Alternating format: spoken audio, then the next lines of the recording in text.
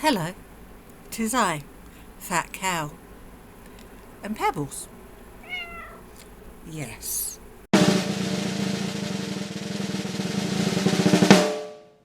Fuck out. Oh my god, she's a weirdo.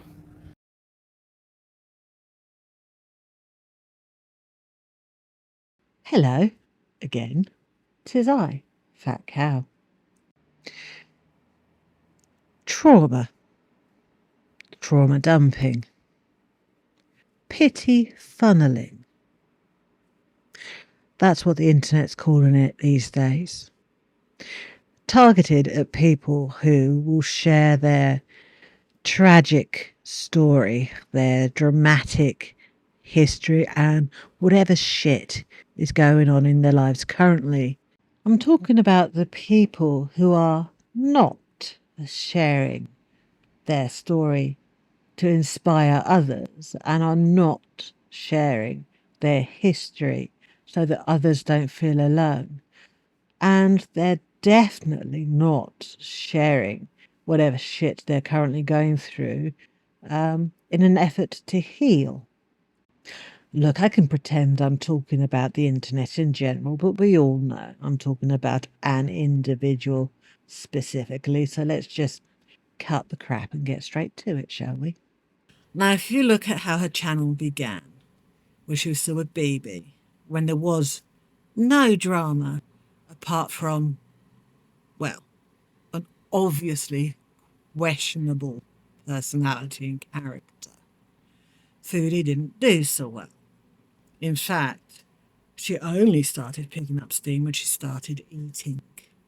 And that, as we know, is more of a fetish thing for viewers than an audience that a vlogger would, try and aim for. When she left baby, however, and started on Tinder and things, she got more views, she got more subscribers. And at her heyday, during the Coke Olympics, well, the Crackhead Olympics involving Coke, she was earning 20,000 American dollars a month. It's very obvious that Foodie figured out very early on there were two routes that she could go down to if she wanted popularity and to earn money. And that was fetish, mukbangs, feeding, or drama. The problem is the content that gets the money then becomes a vicious circle, because in order to keep earning the revenue that you're used to, you have to make the content that brought you the revenue in the first place. And the Kuwait Arc is where Foodie failed. Now, she often accuses us of only watching her for the drama, but that's because you became a drama channel. You became popular because of your drama. It's a self-fulfilling prophecy. If the reason you're infamous is because of the drama, people are going to watch you for drama. You can't blame your audience for wanting the content you previously attracted them with. But this arc, this current arc, is trauma and tragedy for profit. You're currently profiting, Foodie, not because of you, but because of your location and the potential of what can happen to you. Any person who had voluntarily put themselves in that situation would have watchers waiting to see what happens. You're under some delusion, Foodie, that people watch you legitimately just for you. Your lives are a cacophony of verbal diarrhea that just spews forth, and we're expected to be entertained by it? No. we're entertained by why is she behaving the way she is? Why is she obviously denying very, very poorly, I might add, that she's taken some sort of prescription or non-prescription thing that is making her somewhat less functional than normal. We're watching because we cannot understand, although we do better now that we've seen you eat a block of cheese wrapped in pita bread, how you can possibly not lose weight in a country that has food shortages. We are watching to see if you will do the right thing and leave with Julia, because Julia is suffering and she could die. That's the only reason I want you to leave Syria, so you can take that cat away from that awful, god-awful situation you've put her in. Because you chose this, she didn't. And you're going to say, but she's my daughter, I love her. I had to bring her here. Any pet owner worth their salt who loves their animal does what's best for their animal. If you loved Julia, if you truly loved Julia, you wouldn't have brought her to Syria. You would have given her to a shelter or arranged another family for her. You would not have, or you would have brought her to Canada.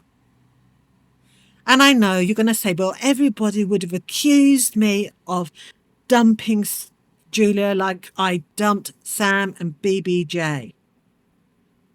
Not if you would end up in Syria. We would have understood why you didn't take Julia if you'd gone to fucking Syria.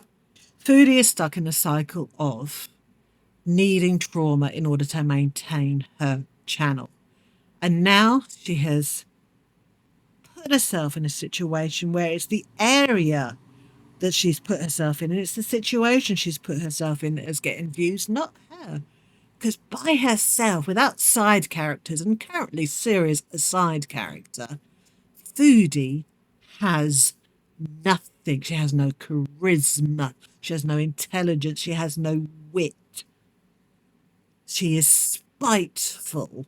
She's a mean girl who is living with another mean girl, Salah. Because the only time the two of you seem to get on is when at the expense of other people, and you're making fun of other people.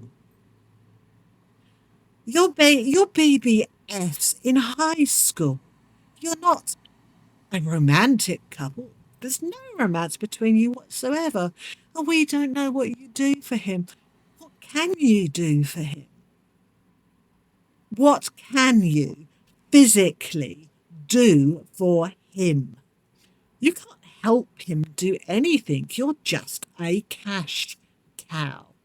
Anyway, I digress. I go off. Foodie's entire YouTube career, once she left BB, is trauma for cash. Digital prostitution. This is my tragedy. Pay me. This is my latest drama. Pay me.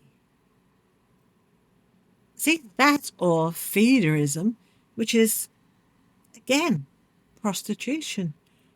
I'll eat, you pay me. Wow, Foodie, you're really winning at life. And now, the reason I am suddenly lit up like a Christmas tree is because I'm going to do something that Foodie has failed to do.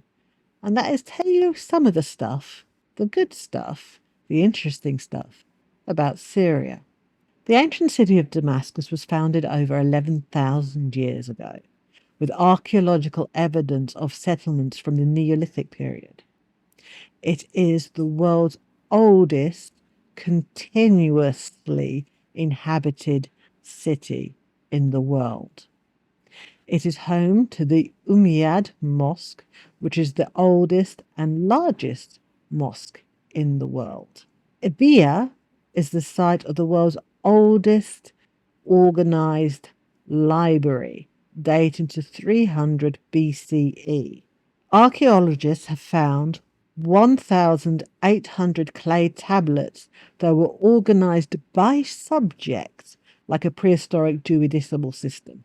The Apello Citadel was built atop a mound and has been used since 3000 BCE, although the most visible structures are medieval.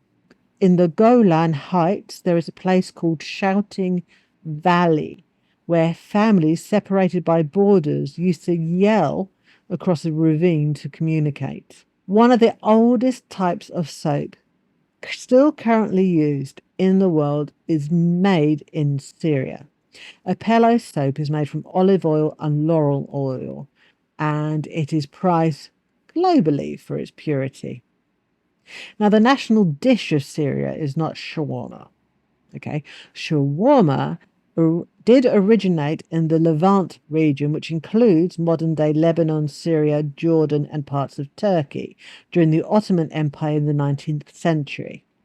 Syrian's national dish is kibna, a meat-filled croquette, which is made from bulgur wheat and typically filled with ground meat.